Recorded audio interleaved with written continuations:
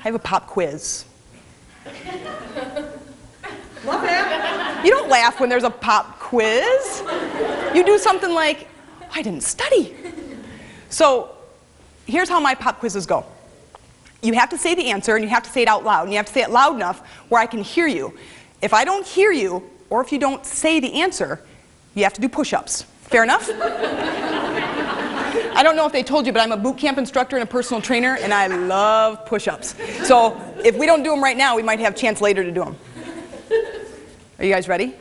Yeah. You sound ready. Are you ready? Yeah. Okay, should be a pretty easy quiz. I do hope you studied. First question. I have 3 of them. How many minutes in an hour?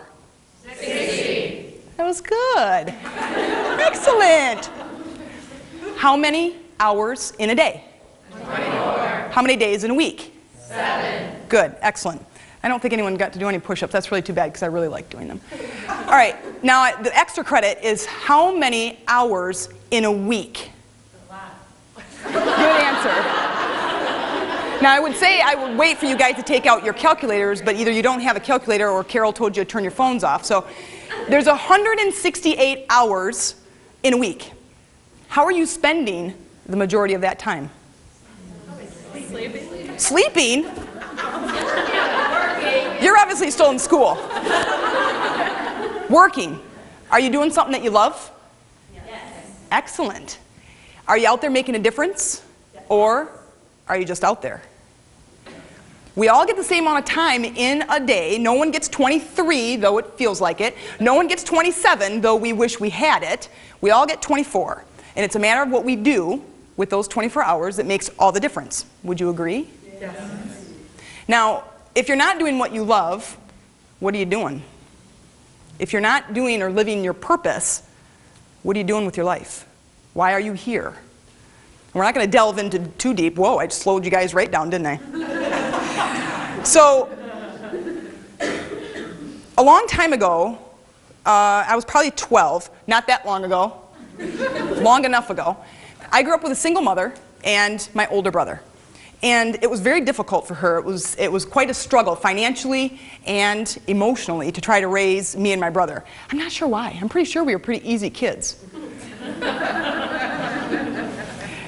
But I remember at the age of 12 that I knew that I did not want that kind of life for myself. I didn't want to struggle.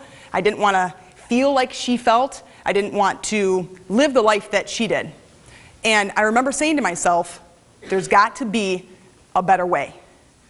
If any of you out here are living any kind of an unsatisfaction in your life with relationships or with your jobs, since that's what we're spending most of our 168 hours, unless you're this one in the front who's sleeping, you're probably wishing or sometimes saying to yourself, there's got to be a better way.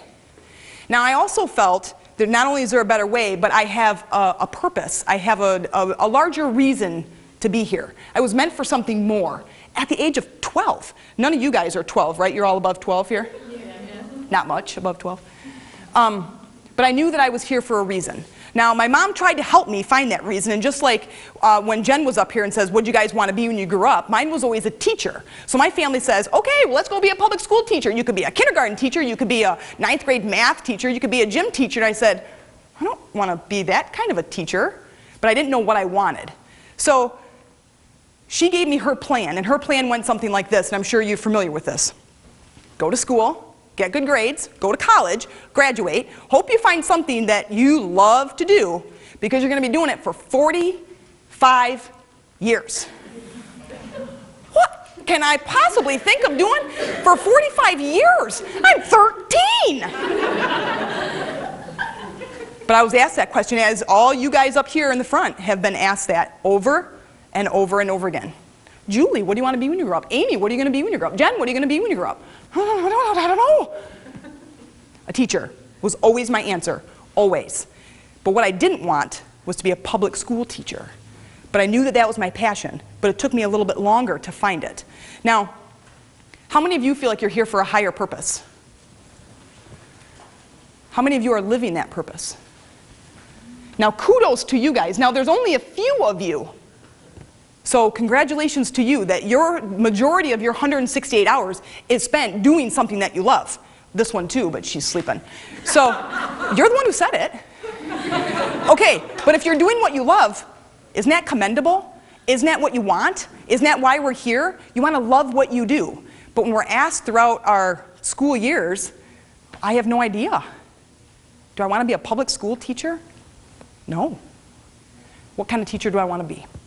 So I did what my mom told me. I did do part of that. I went to school. I got good grades for the most part. My desk was out in the hall a lot through my high school years. I don't know why. But I went to college. I graduated. I was a sign language interpreter for a little while. So if you guys can't hear me, I can sign to you. Not that that would help at all. But I still had to keep searching. I still had this heat inside. I meant for something more than what I was doing. I did go get a job. I landed a job right after school, and I liked it for about 45 minutes. It wasn't what I wanted to do, and so I went and found another, and another, and another. By the age of 36, I had had 29 different jobs. Yeah, anybody out here have had that many?